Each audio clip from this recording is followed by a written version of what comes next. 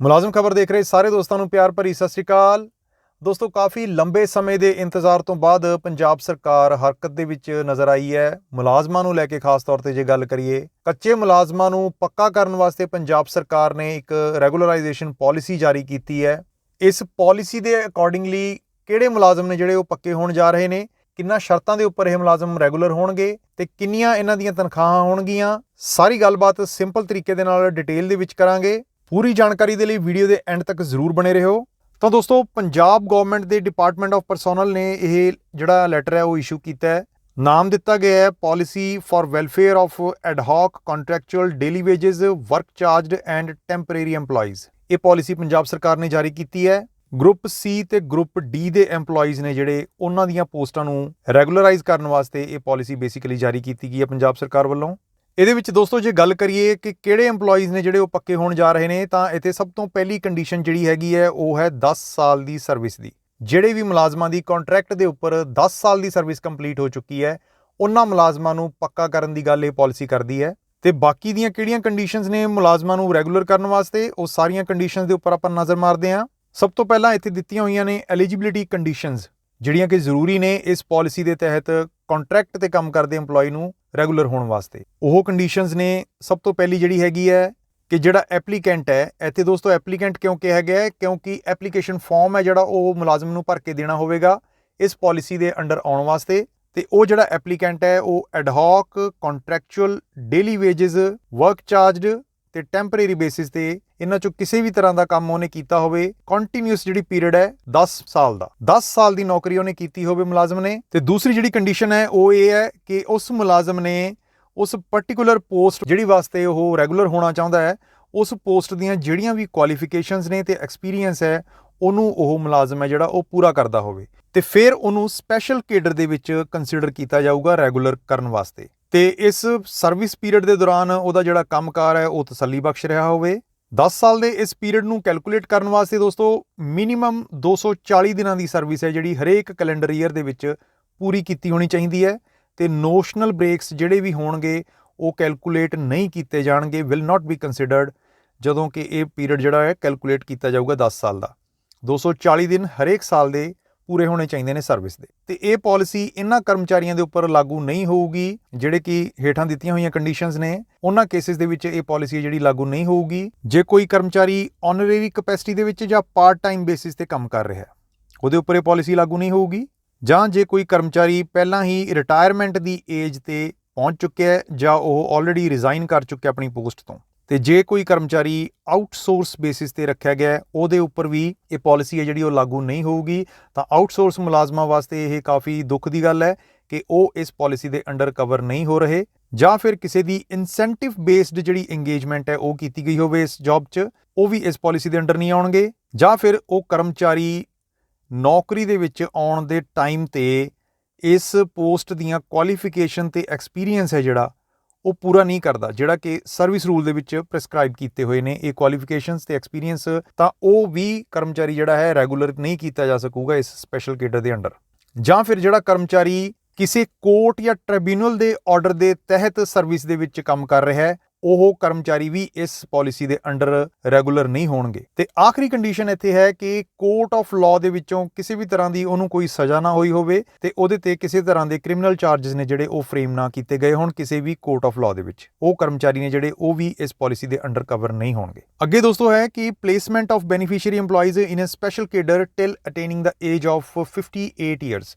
ਤਾਂ ਜਿਹੜੇ ਵੀ EMPLOYEES ਇਸ ਪਾਲਿਸੀ ਦੇ ਬੈਨੀਫੀਸ਼ੀਅਰੀ ਹੋਣਗੇ, ਉਹਨਾਂ ਨੂੰ ਸਪੈਸ਼ਲ ਕੇਡਰ ਦੇ ਵਿੱਚ ਕੰਸੀਡਰ ਕੀਤਾ ਜਾਊਗਾ, ਰੈਗੂਲਰ ਕੀਤਾ ਜਾਊਗਾ। ਜਦੋਂ ਤੱਕ ਉਹ 58 ਸਾਲ ਦੇ ਨਹੀਂ ਹੋ ਜਾਂਦੇ, ਉਦੋਂ ਤੱਕ ਉਹ ਰੈਗੂਲਰ ਬੇਸਿਸ ਦੇ ਉੱਪਰ ਜੌਬ ਕਰਨਗੇ ਆਪਣੀ ਪੋਸਟ ਦੇ ਉੱਪਰ। ਇੱਥੇ ਦੋਸਤੋ ਦੱਸਿਆ ਗਿਆ ਹੈ ਕਿ ਇਹਨਾਂ ਕਰਮਚਾਰੀਆਂ ਦੀ ਜਿਹੜੀ ਰੈਗੂਲਰਾਈਜੇਸ਼ਨ ਹੈ ਉਹ ਇੱਕ ਸਪੈਸ਼ਲ ਕੇਡਰ ਦੇ ਵਿੱਚ ਕੀਤੀ ਜਾਊਗੀ, ਨਾ ਕਿ ਉਹਨਾਂ ਦੀ ਕੇਡਰ ਪੋਸਟ ਦੇ ਵਿੱਚ। ਇੱਕ ਸਪੈਸ਼ਲ ਕੇਡਰ ਅਲੱਗ ਤੋਂ ਤਿਆਰ ਕੀਤਾ ਜਾਊਗਾ ਇਹਨਾਂ ਕਰਮਚਾਰੀਆਂ ਵਾਸਤੇ, ਤੇ ਉਹਦੇ ਵਿੱਚ ਹੀ ਇਹ ਪੋਸਟਾਂ ਨੇ ਜਿਹੜੀਆਂ ਰੈਗੂਲਰ ਹੋਣਗੀਆਂ। ਇਹ ਟੋਟਲੀ ਪਰਸਨਲ ਟੂ ਦੈਮ ਹੋਊਗਾ, ਮਤਲਬ ਕਿ ਸਿਰਫ ਉਹਨਾਂ ਕਰਮਚਾਰੀਆਂ ਤੱਕ ਹੀ ਇਹ ਸੀਮਿਤ ਰਹੂਗਾ।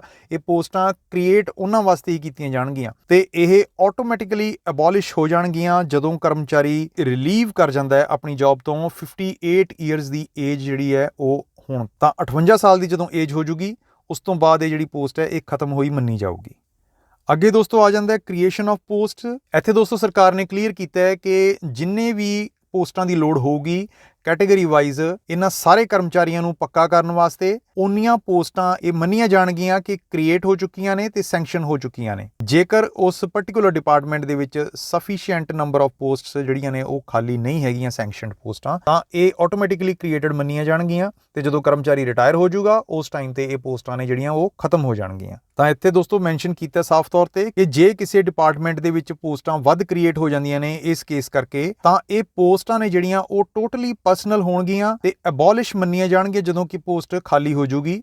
ਅੱਗੇ ਦੋਸਤੋ ਗੱਲ ਕੀਤੀ ਗਈ ਹੈ ਕਿ ਕਿਹੜੀ ਪ੍ਰੋਸੈਸ ਹੈ ਜਿਹੜੀ ਉਹ ਫੋਲੋ ਕਰਨੀ ਪਊਗੀ ਰੈਗੂਲਰ ਹੋਣ ਵਾਸਤੇ ਇਹਨਾਂ ਪੋਸਟਾਂ ਦੇ ਉੱਪਰ। ਤਾਂ ਇੱਕ ਐਪਲੀਕੇਸ਼ਨ ਫਾਰਮ ਹੈ ਜਿਹੜਾ ਉਹ ਦਿੱਤਾ ਗਿਆ ਸ਼ੈਡਿਊਲ ਏ ਦੇ ਵਿੱਚ। ਇਸ ਪਾਲਿਸੀ ਦੇ ਜਾਰੀ ਹੋਣ ਤੋਂ 3 ਮਹੀਨਿਆਂ ਦੇ ਅੰਦਰ ਅੰਦਰ ਇਹ ਐਪਲੀਕੇਸ਼ਨ ਫਾਰਮ ਹੈ ਜਿਹੜਾ ਸ਼ੈਡਿਊਲ ਏ ਦੇ ਵਿੱਚ ਇਹ ਸਬਮਿਟ ਕਰਾਉਣਾ ਹੋਊਗਾ ਕਰਮਚਾਰੀ ਨੂੰ ਆਪਣੇ ਡਿਪਾਰਟਮੈਂਟ ਦੇ ਵਿੱਚ ਆਪਣੀ ਪਾਰਟਿਕੂਲਰ ਪੋਸਟ ਦੇ ਉੱਪਰ ਰੈਗੂਲਰ ਹੋਣ ਵਾਸਤੇ। ਪਰ ਕਿਸੇ ਕਾਰਨਵਸ਼ ਇਹ 3 ਮਹੀਨਿਆਂ ਦਾ ਸਮਾਂ ਜਿਹੜਾ ਕਰਮਚਾਰੀ ਤੋਂ ਲੰਘ ਜਾਂਦਾ ਹੈ ਉਦੋਂ ਫਾਰਮ ਸਬਮਿਟ ਨਹੀਂ ਹੁੰਦਾ, ਤਾਂ ਉਹ ਅੱਗੇ ਐਕਸਟੈਂਸ਼ਨ ਵੀ ਲੈ ਸਕਦਾ ਹੈ 3 ਮਹੀਨਿਆਂ ਦੀ, ਜੇਕਰ ਉਸ ਕਰਮਚਾਰੀ ਦਾ ਡਿਪਾਰਟਮੈਂਟ ਹੈ ਜਿਹੜਾ ਉਹ ਇਸ ਕਾਰਨ ਨੂੰ ਵਾਜਿਬ ਮੰਨਦਾ ਹੈ ਤਾਂ 3 ਮਹੀਨਿਆਂ ਦੀ ਫਰਦਰ ਐਕਸਟੈਂਸ਼ਨ ਉਹਨੂੰ ਮਿਲ ਜੂਗੀ। ਤੇ ਇਸ ਐਪਲੀਕੇਸ਼ਨ ਫਾਰਮ ਦੇ ਨਾਲ ਜਿੰਨੇ ਵੀ ਰਿਕੁਆਇਰਡ ਡਾਕੂਮੈਂਟਸ ਨੇ ਉਹ ਸਾਰੇ ਨਾਲ ਲਾਉਣੇ ਨੇ। ਕਰਮਚਾਰੀ ਦੁਆਰਾ ਐਪਲੀਕੇਸ਼ਨ ਫਾਰਮ ਦੀ ਸਬਮਿਸ਼ਨ ਤੋਂ ਬਾਅਦ ਜਿਹੜੀ ਪ੍ਰੋਸੈਸ ਹੈ ਉਹ ਡਿਪਾਰਟਮੈਂਟ ਦੀ ਹੋਊਗੀ। ਸਾਰੇ ਜਿਹੜੇ ਡਾਕੂਮੈਂਟਸ ਨੇ ਤੇ ਜਿਹੜੀ ਇਨਫੋਰਮੇਸ਼ਨ ਦਿੱਤੀ ਹੈ ਉਹ ਵੈਰੀਫਾਈ ਕੀਤੀ ਜਾਊਗੀ ਡਿਪਾਰਟਮੈਂਟ ਵੱਲੋਂ ਤੇ ਉਸ ਵੈਰੀਫਿਕੇਸ਼ਨ ਤੋਂ ਬਾਅਦ ਹੀ ਜਿਹੜੀ ਫਰਦਰ ਪ੍ਰੋਸੈਸ ਹੈ ਉਹ ਪੂਰੀ ਹੋਊਗੀ। ਤੇ ਅੱਗੇ ਦੋਸਤੋ ਇਹ ਵੀ ਕਿਹਾ ਗਿਆ ਹੈ ਕਿ ਜਦੋਂ ਵੈਰੀਫਿਕੇਸ਼ਨ ਪੂਰੀ ਹੋ ਜੂਗੀ ਤੇ ਉਹ ਕਰਮਚਾਰੀ ਸੂਟੇਬਲ ਹੈ ਉਸ ਜੌਬ ਦੇ ਉੱਪਰ ਰੈਗੂਲਰ ਕੀਤੇ ਜਾਣ ਵਾਸਤੇ, ਤਾਂ ਡਿਪਾਰਟਮੈਂਟ ਜਿਹੜਾ ਹੈ ਉਹ ਇੱਕ ਸੈਪਰੇਟ ਰਜਿਸਟਰ ਤਿਆਰ ਕਰੂਗਾ ਇਹਨਾਂ ਪਾਰਟਿਕੂਲਰ ਕਰਮਚਾਰੀਆਂ ਵਾਸਤੇ। ਹਰੇਕ ਕੈਟੇਗਰੀ ਦੀ ਵਾਸਤੇ ਅਲੱਗ ਤੋਂ ਇੱਕ ਰਜਿਸਟਰ ਮੇਨਟੇਨ ਕੀਤਾ ਜਾਊਗਾ ਤੇ ਇਹ ਰਜਿਸਟਰ ਸ਼ੈਡਿਊਲ ਬੀ ਦੇ ਵਿੱਚ ਮੈਂਸ਼ਨ ਕੀਤਾ ਇਸ ਪਾਲਿਸੀ ਦੇ। ਤੇ ਅੱਗੇ ਦੋਸਤੋ ਕਿਹਾ ਗਿਆ ਹੈ ਕਿ ਡਿਪਾਰਟਮੈਂਟ ਜਿਹੜਾ ਹੈ ਉਹ ਇੱਕ ਲਿਸਟ ਤਿਆਰ ਕਰੂਗਾ ਜਿਹੜੇ ਵੀ ਕਰਮਚਾਰੀ ਸੂਟੇਬਲ ਨੇ ਰੈਗੂਲਰ ਹੋਣ ਵਾਸਤੇ ਸਪੈਸ਼ਲ ਕੇਡਰ ਦੇ ਵਿੱਚ। ਸੀਨੀਅਰਟੀ ਬੇਸਿਸ ਤੇ ਇਹਨਾਂ ਦੀ ਲਿਸਟ ਹੈ ਜਿਹੜੀ ਉਹ ਤਿਆਰ ਕੀਤੀ ਜਾਊਗੀ। ਤੇ ਉਹ ਸੀਨੀਅਰਟੀ ਕਿਵੇਂ ਕਾਊਂਟ ਹੋਊਗੀ? ਸਭ ਤੋਂ ਪਹਿਲਾਂ ਤਾਂ ਇਹ ਜਿਹੜੀ ਸੀਨੀਅਰਟੀ ਲਿਸਟ ਹੈ ਉਹਦੇ ਵਿੱਚ ਉਹਨਾਂ ਦੀ ਜਿਹੜੀ ਲੈਂਥ ਆਫ ਸਰਵਿਸ ਹੈ ਇਹ ਕੰਸੀਡਰ ਕੀਤੀ ਜਾਊਗੀ। ਸਰਵਿਸ ਦੀ ਲੈਂਥ ਦੇ ਹਿਸਾਬ ਦੇ ਨਾਲ ਇਹਨਾਂ ਦੀ ਸੀਨੀਅਰਟੀ ਬਣਾਈ ਜਾਊਗੀ। ਤੇ ਜੇ ਕੋਈ ਕਰਮਚਾਰੀ ਇੱਕੋ ਪ੍ਰੋਸੈਸ ਦੇ ਤਹਿਤ ਰਿਕਰੂਟ ਹੋਏ ਸੀ ਉਸ ਕੇਸ ਦੇ ਵਿੱਚ ਕੀ ਹੋਊਗਾ ਕਿ ਜਿਹੜੀ ਵੀ ਮੈਰਿਟ ਲਿਸਟ ਸੀ ਉਸ ਮੈਰਿਟ ਦੇ ਬੇਸ ਤੇ ਜਿਹੜੀ ਸੀਨੀਅਰਟੀ ਲਿਸਟ ਹੈ ਉਹ ਬਣਾਈ ਜਾਊਗੀ। ਤੇ ਜੇ ਕਿਸੇ 2 ਕਰਮਚਾਰੀਆਂ ਦੀ ਜਿਹੜੀ ਮੈਰਿਟ ਹੈ ਉਹ ਸੇਮ ਆ ਜਾਂਦੀ ਹੈ ਤਾਂ ਉਸ ਕੇਸ ਦੇ ਵਿੱਚ ਜਿਹੜਾ ਉਮਰ ਦੇ ਵਿੱਚ ਵੱਡਾ ਹੋਊਗਾ ਉਸ ਨੂੰ ਸੀਨੀਅਰ ਮੰਨਿਆ ਜਾਊਗਾ। ਤੇ ਜਿਹੜੀ ਰਿਕਰੂਟਮੈਂਟ ਦੇ ਵਿੱਚ ਕੋਈ ਮੈਰਿਟ ਨਹੀਂ ਬਣੀ ਸੀ ਉਸ ਕੇਸ ਦੇ ਵਿੱਚ ਉਮਰ ਦੇ ਹਿਸਾਬ ਦੇ ਨਾਲ ਇਹ ਜਿਹੜੀ ਸੀਨੀਅਰਟੀ ਲਿਸਟ ਹੈ ਉਹ ਬਣਾਈ ਜਾਊਗੀ। ਤੇ ਇਸ ਪ੍ਰੋਸੈਸ ਨੂੰ ਪੂਰਾ ਕਰਨ ਤੋਂ ਬਾਅਦ ਜਿਹੜੇ ਵੀ ਕਰਮਚਾਰੀ ਸੂਟੇਬਲ ਹੋਣਗੇ ਉਹਨਾਂ ਦੀ ਲਿਸਟ ਦੇ ਅਕੋਰਡਿੰਗਲੀ ਉਹਨਾਂ ਦੇ ਜਿਹੜੇ ਸਪੈਸੀਫਿਕ ਆਰਡਰਸ ਨੇ ਉਹ ਪਾਸ ਕੀਤੇ ਜਾਣਗੇ ਤੇ ਸਪੈਸ਼ਲ ਕੇਡਰ ਦੇ ਵਿੱਚ ਇਹਨਾਂ ਦੀ ਜਿਹੜੀ ਨਿਯੁਕਤੀ ਆ ਉਹ ਕਰ ਦਿੱਤੀ ਜਾਊਗੀ ਰੈਗੂਲਰ ਬੇਸਿਸ ਦੇ ਉੱਪਰ।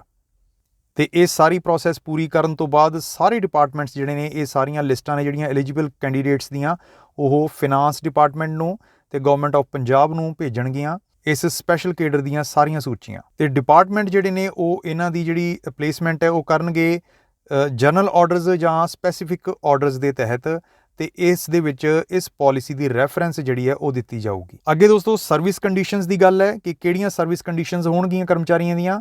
ਇੱਥੇ ਦੋਸਤੋ ਕਿਹਾ ਗਿਆ ਹੈ ਕਿ ਜਿਹੜੇ ਵੀ EMPLOYEES ਸਪੈਸ਼ਲ ਕੇਡਰ ਦੇ ਵਿੱਚ ਰਿਕਰੂਟ ਹੋਣਗੇ 58 ਸਾਲ ਦੀ ਉਮਰ ਤੱਕ ਉਹ ਆਪਣੀ ਜਿਹੜੀ ਸਰਵਿਸ ਹੈ ਉਹਨੂੰ ਕੰਟੀਨਿਊ ਕਰਨਗੇ। ਸਭ ਤੋਂ ਪਹਿਲਾਂ ਇੱਥੇ ਕਿਹਾ ਗਿਆ ਕਿ ਰੈਗੂਲਰ ਕੇਡਰ ਦਾ ਉਹ ਪਾਰਟ ਨਹੀਂ ਹੋਣਗੇ ਤੇ ਉਹਨਾਂ ਦੀਆਂ ਜਿਹੜੀਆਂ ਪੋਸਟਾਂ ਨੇ ਉਹ ਫਰੈਸ਼ ਅਪਾਇੰਟੀ ਨੇ ਜਿਹੜੇ ਉਹ ਮੰਨੇ ਜਾਣਗੇ ਜਦੋਂ ਤੋਂ ਇਹ ਜਿਹੜਾ ਆਰਡਰ ਹੈ ਉਹਨਾਂ ਦਾ ਜਿਹੜਾ ਪਲੇਸਮੈਂਟ ਦਾ ਪਾਸ ਹੋਊਗਾ ਸਪੈਸ਼ਲ ਕੇਡਰ ਦੇ ਵਿੱਚ, ਉਦੋਂ ਤੋਂ ਉਹਨਾਂ ਦੀ ਫਰੈਸ਼ ਅਪਾਇੰਟਮੈਂਟ ਹੈ ਜਿਹੜੀ ਉਹ ਮੰਨੀ ਜਾਊਗੀ। ਤੇ ਉਹਨਾਂ ਨੂੰ ਕਿਸੇ ਵੀ ਤਰ੍ਹਾਂ ਦਾ ਕੋਈ ਬੈਨੀਫਿਟ ਜਿਵੇਂ ਕਿ ਸੀਨੀਅਰਟੀ ਦਾ ਐਕਸਪੀਰੀਅੰਸ ਦਾ ਉਹ ਨਹੀਂ ਮਿਲੂਗਾ ਉਹਨਾਂ ਦੀ ਜਿਹੜੀ ਇਨੀਸ਼ੀਅਲ ਡੇਟ ਆਫ ਜੁਆਇਨਿੰਗ ਹੈ ਉਸ ਤੋਂ। ਕਹਿਣ ਤੋਂ ਭਾਵ ਜਦੋਂ ਉਹ ਕੱਚੇ ਅਪਾਇੰਟ ਹੋਏ ਸੀ ਉਦੋਂ ਤੋਂ ਲੈ ਕੇ ਹੁਣ ਤੱਕ ਦੀ ਜਿਹੜੀ ਉਹਨਾਂ ਦੀ ਸਰਵਿਸ ਹੈ ਉਹਦਾ ਉਹਨਾਂ ਨੂੰ ਕੋਈ ਬੈਨੀਫਿਟ ਕਿਸੇ ਤਰ੍ਹਾਂ ਦਾ ਨਹੀਂ ਦਿੱਤਾ ਜਾਊਗਾ। ਤੇ ਅੱਗੇ ਕਿਹਾ ਗਿਆ ਹੈ ਕਿ ਇਹਨਾਂ ਦੇ ਉੱਪਰ ਜਿਹੜੇ ਗਵਰਨਮੈਂਟ EMPLOYEES ਕੰਡਕਟ ਰੂਲਸ ਨੇ 1966 ਦੇ ਉਹ ਨੇ ਲਾਗੂ ਹੋਣਗੇ। ਤੇ ਜੇ ਕਰਮਚਾਰੀ ਦੇ ਖਿਲਾਫ ਕਿਸੇ ਤਰ੍ਹਾਂ ਦੀ ਕੋਈ ਕੰਪਲੇਂਟ ਆਉਂਦੀ ਹੈ ਜਾਂ ਮਿਸਕੰਡਕਟ ਦੇ ਚਾਰजेस ਲੱਗਦੇ ਨੇ ਤਾਂ ਇਹ ਕਰਮਚਾਰੀ ਨੇ ਜਿਹੜੇ ਉਹ ਦਾ Punjab civil services punishment and appeal rules 1970 ਦੇ ਅੰਡਰ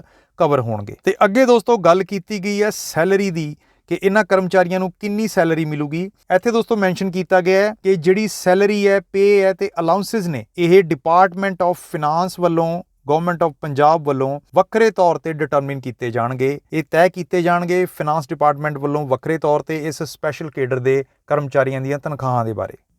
ਤੇ ਅੱਗੇ ਦੋਸਤੋ ਪੰਜਾਬ ਸਰਕਾਰ ਨੇ ਇੱਥੇ ਮੈਂਸ਼ਨ ਕੀਤਾ ਹੈ ਕਿ ਇਹਨਾਂ ਪੋਸਟਾਂ ਦੀ ਕ੍ਰੀਏਸ਼ਨ ਤੋਂ ਬਾਅਦ ਜਿਹੜੇ ਵੀ ਡਿਪਾਰਟਮੈਂਟ ਨੇ ਉਹ ਆਜ਼ਾਦ ਨੇ ਕਿ ਜਿਹੜੀਆਂ ਸੈਂਕਸ਼ਨਡ ਪੋਸਟਾਂ ਨੇ ਉਹਨਾਂ ਦੇ ਉੱਪਰ ਰੈਗੂਲਰ ਬੇਸਿਸ ਤੇ ਜਿਹੜੀਆਂ ਭਰਤੀਆਂ ਨੇ ਉਹਨਾਂ ਨੂੰ ਟਾਈਮ ਟੂ ਟਾਈਮ ਕਰਦੇ ਰਹਿਣ ਵਾਸਤੇ। ਤੇ ਇੱਥੇ ਇਹ ਵੀ ਮੈਂਸ਼ਨ ਕੀਤਾ ਗਿਆ ਕਿ ਕੋਈ ਵੀ ਡਿਪਾਰਟਮੈਂਟ ਇਸ ਪਾਲਿਸੀ ਦੇ ਹੋਂਦ ਵਿੱਚ ਆਉਣ ਤੋਂ ਬਾਅਦ ਕਿਸੇ ਵੀ ਤਰ੍ਹਾਂ ਦੀ ਕੋਈ ਵੀ ਐਡਹੌਕ ਕੰਟਰੈਕਚੁਅਲ ਡੇਲੀ ਵੇਜਸ ਜਾਂ ਵਰਕ ਚਾਰਜ ਟੈਂਪਰੇਰੀ ਬੇਸਿਸ ਤੇ ਕੋਈ ਵੀ ਨਿਯੁਕਤੀ ਨਹੀਂ ਕਰੂਗਾ ਕਿਸੇ ਖਾਸ ਕਾਰਨ ਤੋਂ ਇਲਾਵਾ। ਤੇ ਉਸ ਕੇਸ ਦੇ ਵਿੱਚ ਵੀ ਪ੍ਰਾਇਰ ਅਪਰੂਵਲ ਹੈ ਜਿਹੜੀ ਉਹ ਗਵਰਨਮੈਂਟ ਦੀ ਲੈਣੀ ਪਊਗੀ। ਕਹਿਣ ਤੋਂ ਭਾਵ ਕੱਚੀਆਂ ਨਿਯੁਕਤੀਆਂ ਤੇ ਪੂਰਨ ਤੌਰ ਤੇ ਰੋਕ ਲਾਈ ਹੈ ਪੰਜਾਬ ਸਰਕਾਰ ਨੇ। ਤੇ ਅੱਗੇ ਦੋਸਤੋ ਇਹ ਵੀ ਸਾਫ਼ ਕੀਤਾ ਗਿਆ ਹੈ ਕਿ ਜੇ ਕਿਸੇ ਸਪੈਸ਼ਲ ਕੇਸ ਦੇ ਵਿੱਚ ਕਿਸੇ ਡਿਪਾਰਟਮੈਂਟ ਵੱਲੋਂ ਇਹ ਨਿਯੁਕਤੀਆਂ ਨੇ ਜਿਹੜੀਆਂ ਕੰਟਰੈਕਟ ਬੇਸ ਤੇ ਕੀਤੀਆਂ ਜਾਂਦੀਆਂ ਨੇ ਤਾਂ ਉਹ ਕਰਮਚਾਰੀ ਰੈਗੂਲਰਾਈਜੇਸ਼ਨ ਵਾਸਤੇ ਦਾਅਵੇਦਾਰ ਨਹੀਂ ਹੋਣਗੇ। ਇਹਨਾਂ ਨੂੰ ਇਸ ਪਾਲਿਸੀ ਦੇ ਅੰਡਰ ਰੈਗੂਲਰ ਨਹੀਂ ਕੀਤਾ ਜਾਊਗਾ। ਤੇ ਇੱਥੇ ਦੋਸਤੋ ਸਾਫ਼ ਤੌਰ ਤੇ ਮੈਂਸ਼ਨ ਕੀਤਾ ਗਿਆ ਹੈ ਕਿ ਇਹ ਜਿਹੜੀ ਪਾਲਿਸੀ ਹੈ